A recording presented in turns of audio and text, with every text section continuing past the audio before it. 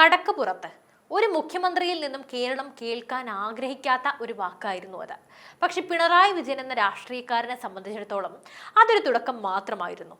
ഞാൻ പറയാൻ ആഗ്രഹിക്കാത്തൊരു വാക്ക് മുതൽ കുലംകുത്തി വരെ, നികൃഷ്ടജീവി മുതൽ വിവരദോഷി വരെ നീളുന്ന ആ പദാവലികൾ കേവലം വാക്കുകളല്ല, അവ കേരള രാഷ്ട്രീയത്തിന്റെ ഗതിമാറ്റിയ ആയുധങ്ങളായിരുന്നു. ചിലപ്പോൾ അത് അണികൾക്ക് ആവേശം നൽകുന്ന മാസ് ഡയലോഗുകളായിരുന്നുവെങ്കിൽ മറ്റ് പലപ്പോഴും അത് സ്വന്തം പാർട്ടിയുടെ നെഞ്ചിലേക്ക് തറച്ചു കയറിയ കഠാരകളായി മാറി. കൊല്ലത്തെ ചുവപ്പുകോട്ട തകർത്തൊരു വാക്ക്, ഒരു ജനവിഭാഗത്തെ ആകെ പാർട്ടിക്ക് വിരുദ്ധമാക്കിയ പരാമർശങ്ങൾ, സ്വന്തം സഹപ്രവർത്തകനെ പരസ്യമായി തള്ളിപ്പറഞ്ഞ നിമിഷങ്ങൾ. പിണറായി വിജയന്റെ നാവൊന്ന് വഴുതുമ്പോൾ കേരളം രാഷ്ട്രീയമായി പ്രകമ്പനം കൊള്ളാറുണ്ട്. ഈ തിരഞ്ഞെടുപ്പ് കാലത്തും അത്തരമൊരു പ്രയോഗം ചർച്ചയാകുമ്പോൾ നമ്മൾ ചിന്തിക്കേണ്ടത് ഒന്നാണ്: പിണറായി വിജയന്റെ ഈ പരുക്കൻ ശൈലി അല്ലെങ്കിൽ സംസ്കാരമില്ലായ്മ CPM-ന് നൽകുന്നത് കരുത്താണോ അതോ നികത്താനാവാത്ത പരിക്കാണോ? ഇന്ത്യൻ രാഷ്ട്രീയത്തിലെ തന്നെ ഏറ്റവും കരുത്തനായ എന്നാൽ ഏറ്റവും കൂടുതൽ വിമർശിക്കപ്പെടുന്ന ഒരു നേതാവിന്റെ വാമൊഴി വഴക്കങ്ങളിലൂടെയും അതിന്റെ രാഷ്ട്രീയ പ്രത്യാഘാതങ്ങളിലൂടെയും നമുക്കൊന്ന് സഞ്ചരിക്കാം. കേരള രാഷ്ട്രീയ ചരിത്രത്തിൽ ഒരു വാക്കുകൊണ്ട് ഒരു ലോക്സഭാ മണ്ഡലം എന്നേക്കുമായി നഷ്ടപ്പെട്ട ചരിത്രമുണ്ടോ എന്ന് ചോദിച്ചാൽ അതിനുള്ള ഉത്തരം കൊല്ലം എന്നാണ്. 2014 ലോക്സഭാ തിരഞ്ഞെടുപ്പ് കാലം, ഇടതുമുന്നണി വിട്ട് RSP UDF-ലേക്ക് ചേക്കേറിയ സമയം. കൊല്ലത്ത് സ്ഥാനാർത്ഥിയായിരുന്നത് NK പ്രേമചന്ദ്രന് അന്ന് CPM സംസ്ഥാന സെക്രട്ടറി ആയിരുന്ന പിണറായി വിജയൻ കൊല്ലത്ത് പ്രസംഗിക്കുമ്പോൾ നടത്തിയ ആ പ്രയോഗം കേരളത്തെ ഞെട്ടിച്ചു. പരനാറി. രാഷ്ട്രീയ വിയോജിപ്പുകൾ പ്രകടിപ്പിക്കാൻ ഉപയോഗിക്കാവുന്ന വാക്കിന്റെ എല്ലാ അതിർവരമ്പുകളും ലംഘിക്കപ്പെട്ട നിമിഷമായിരുന്നു അത്. പ്രേമചന്ദ്രനെ പോലെ മൃദുഭാഷിയായ മികച്ച പാർലമെന്റേറിയൻ എന്ന പേര് കേട്ടൊരു നേതാവിനെതിരെ ഇത്തരമൊരു വ്യക്തിപരമായ അധിക്ഷേപം വന്നതോടെ കൊല്ലത്തെ ജനവികാരം ആളിപ്പടർന്നു. ഈ ഒരു പ്രയോഗം UDF-ന് നൽകിയ ആയുധം ചെറുതൊന്നും അല്ലായിരുന്നു. കൊല്ലത്തെ വോട്ടർമാർക്കിടയിൽ പ്രേമചന്ദ്രനോടുള്ള സഹതാപം വർദ്ധിപ്പിക്കാൻ ഇത് കാരണമായി. ഫലം എന്തായിരുന്നു? CPM-ന്റെ ഉറച്ച കോട്ടയായിരുന്ന കൊല്ലം അന്ന് പ്രേമചന്ദ്രൻ വൻ ഭൂരിപക്ഷത്തിൽ പിടിച്ചെടുത്തു.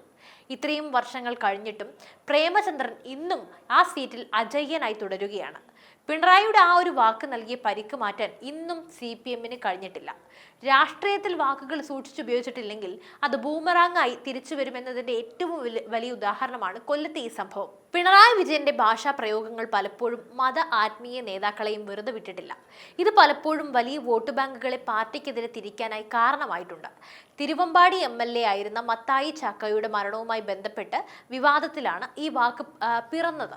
മത്തായി ചാക്കോ മരിക്കുന്നതിന് മുമ്പ് അന്ത്യകൂദാശ സ്വീകരിച്ചിരുന്നുവെന്ന് താമരശ്ശേരി ബിഷപ്പായിരുന്ന മാർ പോൾ ചിറ്റിലപ്പിള്ളി അവകാശപ്പെട്ടിരുന്നു. ഇതിനെതിരെ രൂക്ഷമായി പ്രതികരിച്ച പിണറായി ബിഷപ്പിനെ വിശേഷിപ്പിച്ചത് നികൃഷ്ട ജീവി എന്നാണ്.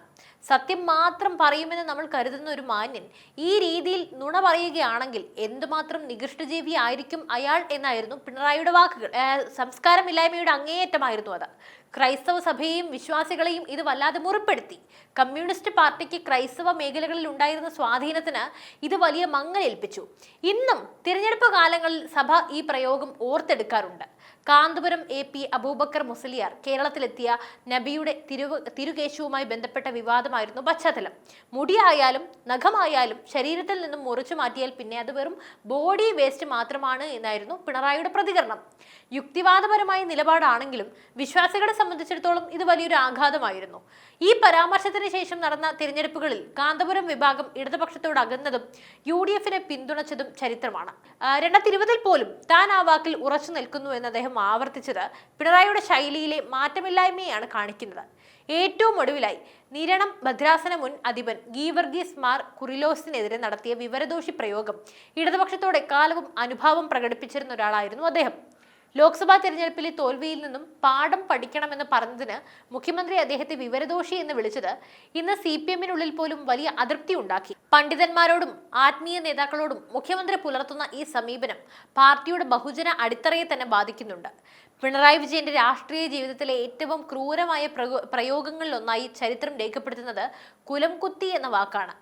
RMP നേതാവ് TP ചന്ദ്രശേഖരനെ ഉദ്ദേശിച്ചായിരുന്നു ഈ പ്രയോഗം. കുലംകുത്തികളെന്നും കുലംകുത്തികൾ തന്നെ എന്ന പരാമർശം പാർട്ടി അണികളെ അഭിസംബോധന ചെയ്യുന്നതിനിടയിലാണ് ഉണ്ടായത്. സോവിയറ്റ് യൂണിയനിൽ സ്റ്റാലിൻ തന്റെ രാഷ്ട്രീയ എതിരാളികളെ വിശേഷിപ്പിക്കാൻ ഉപയോഗിച്ച വർഗവഞ്ചകൻ എന്ന അർത്ഥത്തിലാണ് പിണറായി ഈ വാക്ക് കൊണ്ടുവന്നത്. TP കൊല്ലപ്പെട്ടതിന് ശേഷവും ഈ പ്രയോഗം ആവർത്തിച്ചത് കേരളത്തിലുടനീളം വൻ പ്രതിഷേധത്തിനാണ് കാരണമായത്. VS അച്യുതാനന്ദൻ TPയുടെ വീട് സന്ദർശിച്ചപ്പോൾ അദ്ദേഹത്തെ കൂടി ലക്ഷ്യം വെച്ചാണ് ഈ പ്രയോഗമെന്ന് അന്ന് വ്യാഖ്യാനിക്കപ്പെട്ടു. ഈ ഒരു വാക്ക് ഇന്നും ഒഞ്ചിയത്തും പരിസര പ്രദേശങ്ങളിലും CPMനെ പ്രതിരോധത്തിലാക്കുന്നുണ്ട്. TPയുടെ കൊലപാതകത്തെക്കാൾ ആഴത്തിൽ മുറിവേൽപ്പിച്ചത് ആ വാക്കാണ് എന്ന് ഇന്നും RMP പ്രവർത്തകർ പറയുന്നുണ്ട്. മാധ്യമങ്ങളോടുള്ള മുഖ്യമന്ത്രിയുടെ സമീപനം എപ്പോഴും ചർച്ചാ വിഷയമാണ്. 2017 തിരുവനന്തപുരം മാസ്കറ്റ് ഹോട്ടലിൽ BJP RSS നേതാക്കളുമായിട്ടുള്ള സമാധാന ചർച്ചയ്ക്ക് എത്തിയപ്പോൾ ദൃശ്യങ്ങൾ പകർത്താൻ ശ്രമിച്ച മാധ്യമ പ്രവർത്തകരോട് ആക്രോശിച്ചുകൊണ്ട് പറഞ്ഞ കടക്കപ്പുറത്ത് എന്ന വാക്ക് ഇന്നും അദ്ദേഹത്തിന്റെ സ്വേച്ഛാധിപത്യ ശൈലിയുടെ അടയാളമായി വിമർശകർ ഉയർത്തിക്കാട്ടുന്നുണ്ട്. പിന്നീട് കൊച്ചിയിൽ വെച്ച് പ്രതികരണം തേടിയ മാധ്യമ പ്രവർത്തകരോട് മാറി നിൽക്കങ്ങോട്ടെന്ന് പറഞ്ഞതും മൈക്ക് തട്ടി മാറ്റിയതും എല്ലാം ഈ ശൈലിയുടെ തുടർച്ചയായിരുന്നു.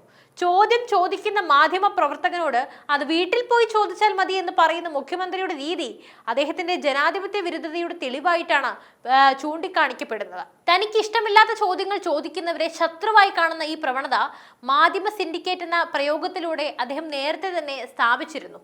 പിണറായി വിജയന്റെ ആരാധകർ എപ്പോഴും പറയുന്ന ഒരു ന്യായമുണ്ട്, ഇതൊക്കെ മലബാറിന്റെ ഭാഷാശൈലിയാണെന്ന്. എന്നാൽ ശരിക്കും അങ്ങനെയാണോ? ഈ ചെറ്റ പ്രയോഗം തന്നെ നമുക്ക് എടുത്തു നോക്കാം. ഈ തിരഞ്ഞെടുപ്പ് കാലത്തും ചെറ്റ എന്ന പ്രയോഗം അദ്ദേഹം ഉപയോഗിച്ചത് വലിയ വിവാദമായി. രാഷ്ട്രീയ എതിരാളികളെ താഴ്ത്തിക്കെട്ടാൻ ഉപയോഗിക്കുന്ന ഇത്തരം വാക്കുകൾ രാഷ്ട്രീയ മര്യാദയ്ക്ക് നിരക്കുന്നതാണോ? പിന്നെ പിപ്പിടി വിദ്യ കേരയിൽ സമരകാലത്ത് പ്രതിപക്ഷത്തെ പരിഹസിക്കാനായി ഉപയോഗിച്ച വാക്കാണ്. ഭീഷണിപ്പെടുത്താൻ നോക്കേണ്ട എന്ന അർത്ഥത്തിൽ മലബാറിൽ ഉപയോഗിക്കുന്ന ഈ വാക്ക് പിണറായിയിലൂടെ ആഗോള ശ്രദ്ധയാണ് നേടിയത്. പിന്നെ ശബരിമല വിവാദകാലത്ത് കോൺഗ്രസും BJPയും തമ്മിലുള്ള അവിശുദ്ധ കൂട്ടുകെട്ടിനെ പരിഹസിക്കാൻ ഉപയോഗിച്ച വാക്ക് വിവാഹത്തിന് വരനെ അനുഗമിക്കുന്നു സുഹൃത്ത് എന്ന അർത്ഥത്തിലാണ് ഇത് എങ്കിലും രാഷ്ട്രീയത്തിൽ ഇതെല്ലാം പരിഹാസമായിട്ടാണ് അദ്ദേഹം ഉപയോഗിച്ചത്. അതായത് ഒക്കെ ചങ്ങായി. അതുക്കും മേലെ തമിഴ് സിനിമയിലെ പഞ്ച് ഡയലോഗ് രാഷ്ട്രീയ പ്രസംഗത്തിലേക്ക് കൊണ്ടുവന്നത് അദ്ദേഹത്തിന്റെ പ്രസംഗങ്ങളെ ശ്രദ്ധേയമാക്കി. മുതിർന്ന നേതാക്കളെയും രാഷ്ട്രീയ എതിരാളികളെയും വ്യക്തിപരമായി അധിക്ഷേപിക്കുന്നതിൽ പിണറായി വിജയൻ പലപ്പോഴും അതിരുകൾ ലംഘിക്കാറുണ്ട്, അതും സംസ്കാരമില്ലായ്മയിലൂടെ. സംസ്ഥാന സർക്കാരിനെ മറിച്ചിടാൻ BJP കേന്ദ്ര നേതാവ് അമിത്ഷായ്ക്ക് ഈ തടി പോരാ എന്ന പിണറായിയുടെ പരാമർശം വലിയ ബോഡി ഷേമിംഗ് വിവാദത്തിനാണ് വഴിവെച്ചത്. ശരീരം എന്ന അർത്ഥത്തിലാണ് തടി എന്ന് പറഞ്ഞത് എന്ന് ന്യായീകരിച്ചെങ്കിലും അത് തരം താഴ്ന്ന പ്രയോഗമായി മാറി. അതുപോലെ കോൺഗ്രസ് നേതാവ് മുല്ലപ്പള്ളി രാമചന്ദ്രനെ പിതാവിന്റെ അട്ടംപരതി കോപാലൻ എന്ന് വിളിച്ചതും രാഷ്ട്രീയ മര്യാദയ്ക്ക് നിരക്കാത്തതായിരുന്നു. സ്വതന്ത്ര സമര സേനാനിയെ അധിക്ഷേപിച്ചു എന്ന ആരോപണം അന്ന് ശക്തമായിരുന്നു. മലയാള ഭാഷാ പ്രയോഗത്തിലേക്ക് ഏറ്റവും കൂടുതൽ ട്രോൾ മെറ്റീരിയലുകൾ സംഭാവന ചെയ്തിട്ടുള്ള രാഷ്ട്രീയ നേതാവും പിണറായി വിജയൻ തന്നെ ആകാം. ഊരിപ്പിടിച്ച വടിവാളുകൾക്കിടയിലൂടെ നടന്ന കഥയും സുധാകരനെതിരെ നടത്തിയ പ്രത്യേക ആക്ഷനുകളും ഇന്നും ട്രോളുകളിൽ നിറഞ്ഞു നിൽക്കുന്നുണ്ട്. കത്തി കണ്ടാൽ ഭയപ്പെടുന്നവരല്ല ഞങ്ങൾ, ഒരുപാട് കത്തികൾ ആ വഴിക്ക് വരുമ്പോൾ ആ വഴി നടന്നവരാണ് ഞങ്ങൾ എന്ന എടോ ഗോപാലകൃഷ്ണ പ്രസംഗം ഇന്നും അണികൾക്ക് ആവേശമാണ്. പക്ഷെ ഇത്തരം മാസ് ഡയലോഗുകൾക്ക് പുറമെ പാർട്ടിക്ക് നേരിടുന്ന രാഷ്ട്രീയ പരിക്കുകൾ ആര് കണക്കിലെടുക്കും? എന്തൊക്കെ പറഞ്ഞാലും ഒരു മുഖ്യമന്ത്രി എന്ന നിലയ്ക്ക് സംസ്കാരമില്ലായ്മയുടെ അങ്ങേയറ്റമുള്ള ഉദാഹരണമാണ് പിണറായി വിജയൻ. എന്തായാലും പിണറായി വിജയന്റെ ഈ നാവുപിഴകളാണ് അവരുടെ ഏറ്റവും വലിയ പ്രചാരണ ആയുധവും. മുഖ്യമന്ത്രിയുടെ ധാർഷ്ട്യവും അഹങ്കാരവുമാണ് ഭരണവിരുദ്ധ വികാരത്തിന് കാരണമെന്ന് അവർ സമർത്ഥിക്കുന്നു. അത് ശരിയല്ലേ? പിന്നെ അല്ലേ? അവർ എന്തായാലും തങ്ങൾക്ക് പറയുന്ന കാര്യങ്ങളെ ക്രിയാത്മകമായി കാണുന്നതിന് പകരം വ്യക്തിപരമായി അധിക്ഷേപിക്കുന്നു എന്നതാണ് UDF ഉന്നയിക്കുന്ന പ്രധാന പരാതി. BJPയെ സംബന്ധിച്ചിടത്തോളം ഹൈന്ദവ വിശ്വാസങ്ങളെയും ആചാരങ്ങളെയും പരിഹസിക്കാൻ പിണറായി ഉപയോഗിക്കുന്ന വാക്കുകൾ അവർക്ക് രാഷ്ട്രീയ വളക്കൂറുള്ള മണ്ണൊരുക്കുന്നുണ്ട്. ശബരിമല കാലത്തെ പ്രയോഗങ്ങളും ആത്മീയ നേതാക്കൾക്കെതിരെയുള്ള പരാമർശങ്ങളും തീർച്ചയായും കേരളത്തിൽ വേരോട്ടമുണ്ടാക്കാൻ സഹായിച്ചു എന്നത് ഒരു യാഥാർത്ഥ്യമാണ്. ഇന്ത്യൻ രാഷ്ട്രീയത്തിലെ തന്നെ ഏറ്റവും കരുത്തനായ നേതാക്കളിൽ ഒരാളാണ് പിണറായി വിജയൻ എന്നാണ് LDFന്റെ ആരോപണം. പക്ഷേ അധികാരത്തിലിരിക്കുന്ന ഒരു ഭരണാധികാരിയുടെ ഭാഷ ജനങ്ങളോടും എതിരാളികളോടും പുലർത്തേണ്ട അന്തസ്സിൽ നിന്നും വ്യതിചലിക്കുമ്പോൾ അത് ജനാധിപത്യത്തെ തന്നെ വെല്ലുവിളിയാണ്. സത്യം പറഞ്ഞാൽ ഏറ്റവും വിവാദ നായകനാണ് പിണറായി വിജയൻ എന്ന് പലപ്പോഴും നമുക്ക് തോന്നിയിട്ടുണ്ട്. ബംഗാളിലും ത്രിപുരയിലും കമ്മ്യൂണിസ്റ്റ് പാർട്ടിക്കുണ്ടായ തകർച്ചയ്ക്ക് ഒരു പ്രധാന കാരണം ജനങ്ങളിൽ നിന്നുള്ള നേതാക്കളുടെ അകൽച്ചയും ധാർഷ്ട്യവുമായിരുന്നു. കേരളത്തിലും മുഖ്യമന്ത്രിയുടെ ഈ അപ്രോച്ചബിലിറ്റി ഇല്ലായ്മയും പരുക്കൻ സംസാരവും അതുപോലെ തന്നെ ഇത്തരം സംസ്കാരവും ജനങ്ങൾക്ക് പാർട്ടിക്കെതിരെ ചിന്തിപ്പിക്കുന്നുണ്ട്. തീർച്ചയായും ഉണ്ട്. ചെറ്റപ്രയോഗവും പരനാറി പ്രയോഗവും ഇനിയും ആവർത്തിക്കപ്പെട്ടാൽ അത് പാർട്ടിക്ക് നൽകുന്ന പരിക്ക് ചില്ലറയായിരിക്കില്ല. ജനങ്ങൾ നേതാക്കളെ നോക്കുന്നത് അവരുടെ വികസന പ്രവർത്തനങ്ങൾ മാത്രമല്ല, അവരുടെ പെരുമാറ്റം കൂടി നോക്കിയാണ്. പിണറായി വിജയൻ തന്റെ ശൈലി മാറ്റുമോ, അതോ ഈ പരുക്കൻ പ്രയോഗങ്ങളുമായി തന്നെ മുന്നോട്ട് പോകുമോ? സംസ്കാരമില്ലായ്മ അദ്ദേഹം വിടാൻ ഉദ്ദേശിക്കുന്നുണ്ടോ? കേരള രാഷ്ട്രീയം കണ്ട ഏറ്റവും വിവാദ നായകനായി പിണറായി വിജയൻ ഇനിയും ഇതുപോലെ തുടരുമോ എന്നാണ് ജനങ്ങൾ ഉറ്റുനോക്കുന്നത്. എന്തായാലും ഈ വരുന്ന തിരഞ്ഞെടുപ്പുകളിൽ വാക്കുകൾ വോട്ടായി മാറുമോ, അത് വീണ്ടും ബൂമറാങ്ങായി മാറുമോ എന്ന് കാത്തിരുന്ന് കാണാം. എന്തായാലും പിണറായി വിജയന്റെ ഈ ഒരു ശൈലിയെക്കുറിച്ചുള്ള നിങ്ങളുടെ അഭിപ്രായങ്ങൾ തീർച്ചയായും കമന്റ് ചെയ്യുക. മറ്റൊരു വിഷയമായി വീണ്ടും എത്തും വരെ നന്ദി.